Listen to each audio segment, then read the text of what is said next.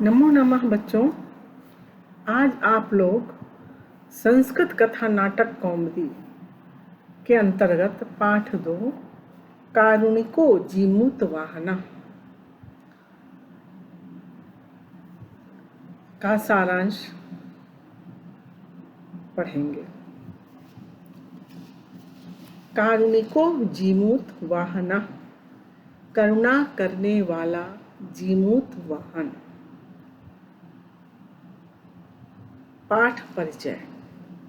प्रस्तुत पाठ श्री हर्ष अर्थात हर्षवर्धन द्वारा रचित नागानंदम नाटक से लिया गया है। यह 5 अंकों का नाटक है।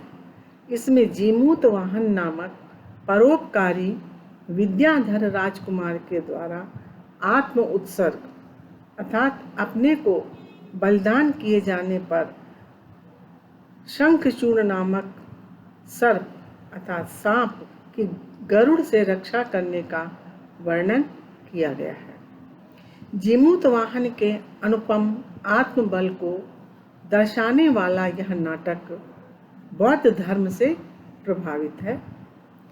इसमें अहिंसा, आत्म बलिदान, दया तथा परोपकार आदि उदात्त मानवीय भावों का महत्व प्रभाव उत्पादक शैली में दिखाया गया है। इस नाटक में शांत और करुण रसों की प्रधानता है।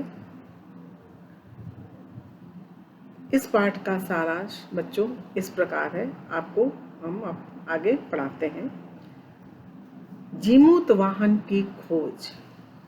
जीमूत वाहन अत्यंत कुतूहलवश समुद्र दर्शन के लिए गया हुआ था। वो लौटकर नहीं आया, इसलिए महाराज विश्वावसु ने द्वारपाल को उसके घर इस आशय से भेजा था कि वह यह ज्ञात करे कि जीमूत वाहन लौटा है या नहीं। द्वारपाल उसके घर पहुंचकर वहां उसकी माता और पत्नी द्वारा सेवित उसके पिता जीमूत केतु को देखता है। द्वारपाल जीमूत केतु से कहता है कि उसे महाराज विश्वावसु ने उनके पुत्र जीमूत वाहन के लौटने का समाचार पाने के लिए उसके पास भेजा है। द्वारपाल की इस बात को सुनकर जीमूत वाहन के पिता, माता और पत्नी अत्यंत चिंतित हो जाते हैं। जीमूत वाहन न जाने कहाँ गया है, उसका कोई अमंगल तो नहीं हो गया है, क्योंकि उनका बायां नेत्र फड़क रहा है, जो अमंगल का सूचक है। चूड़ामणि की प्राप्ति। इसी बीच गीले मांस और बालों से युक्त एक चूड़ामणि उनके अर्थात जीमूत केतु के पैरों पर आकर गिरती है। उस मणि को तीनों के तीनों अर्थात पिता, माता, पत्नी जीमूत वाहन की समझकर दुखी होते हैं। द्वारपाल उन्हें सांत्वना देता है कि ऐसे चूड़ामणि तो गरुड़ द्वारा खाए गए सर्पों से ही गिरा करते हैं। इसके बाद जीमूत केतु अपने पुत्र का पता लगाने के लिए द्वारपाल को उसके ससुर के पास भेज देते हैं। शंखचूड़ का आगमन। द्वारपाल के चले जाने के बाद वहां लाल वस्त्रधारी शंखचूड़ नामक सांप आता है। तीनों उसे चूड़ामणि को देखकर विस्मित हो उठते हैं। तब ही शंखचूड़ बताता है कि वह चूड़ामणि उसका नहीं है। मुझे वासुकी ने पूर्व शर्त के अनुसार गरुड़ के भोजन के लिए भेजा था। किसी दयालु विद्याधर ने गरुड़ को अपने प्राण देकर मेरी जीवन रक्षा की है।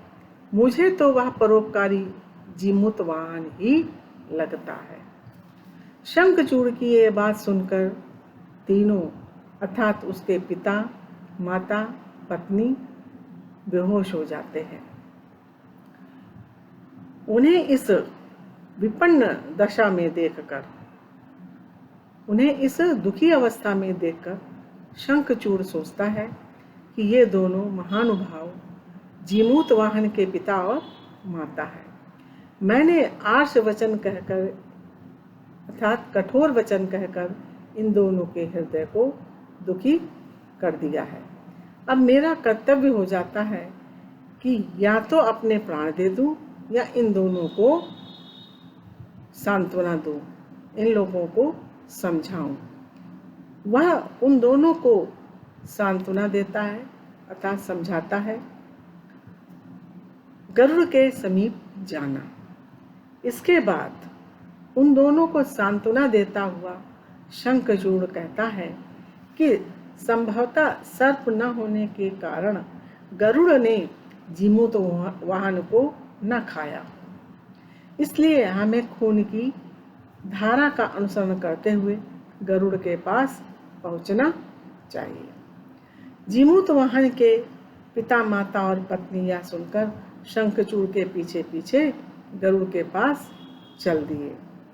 वे गरुड़ के पास जाकर देखते हैं कि अपने सम्मुख पड़े हुए जीमूतवाहन के पास गरुड़ बैठा हुआ है और सोच रहा है कि जन्म भर मैंने सर्पों को ही खाया है, परंतु यह प्राणी कौन है जो मेरे द्वारा खाया जाता हुए भी प्रसन्न दिख पड़ता है। अतः गरुड़ उसे खाना छोड़कर उसका परिचय पूछता है कि वह कौन है। पहले तुम मेरे रक्त और मांस से अपनी भूख मिटा लो, किंतु गरुड़ उसका मांस नहीं खाता है। गरुड़ के पास पहुंचकर शंखचूड़ उससे कहता है कि यह नाग नहीं है अर्थात यह सांप नहीं है, इसलिए तुम उसे छोड़कर मेरा भक्षण करो, क्योंकि वासुकी ने पूर्व शर्त के अनुसार मुझे ही तुम्हारे खाने के लिए भेजा है। जीमूत केतु का आगमन। इसी बीच जीमूतवाहन के पिता, उसकी माता, पत्नी सहित वहां पहुंचते हैं। उन्हें देखते ही जीमूतवाहन शंखचूड़ से चादर से अपना शरीर ढकने के लिए कहता है, क्योंकि उसे आशंका है कि कहीं उसके माता पिता और पत्नी उसे इस अवस्था में देखकर प्राणों का त्याग न कर दें। जीमूतवाहन की मृत्यु। गरुड़ जीमूतवाहन की माता तथा पत्नी को वहां आया हुआ देखकर दुखी और लज्जित होता है। पहले वे तीनों जीमूतवाहन को देखकर प्रसन्न होते हैं। जीमूतवाहन के उठने पर चादर गिर जाती है, फिर वह मूर्छित होकर गिर जाता है। उसकी माता लोकपालों से अमृत वर्षा की प्रार्थना करती है। तब गरुड़ इंद्र की प्रार्थना करके जीमूतवाहन तथा पूर्व खाए हुए सर्पों को जीवित करने हेतु अमृत लेने चला जाता है। जीमूतवाहन का जीवित होना। तत्पश्चात स्वयं पार्वती जी वहां आकर जीमूतवाहन पर जल छिड़क करके उसे जीवित कर देती हैं। सभी पार्वती जी के चरणों पर गिरते हैं। इसी बीच गरुड़ द्वारा जीमूतवाहन और मृत सर्पों को जीवित करने के लिए अमृत वर्षा की जाती है। इससे सभी मरे हुए सर्प भी जीवित हो जाते हैं। बच्चों, ये तो पाठ का सारांश रहा। अब पाठ का सारांश समाप्त होता है। इसके साथ साथ आज का ये लेक्चर भी समाप्त होता है। धन्यवाद बच्चों।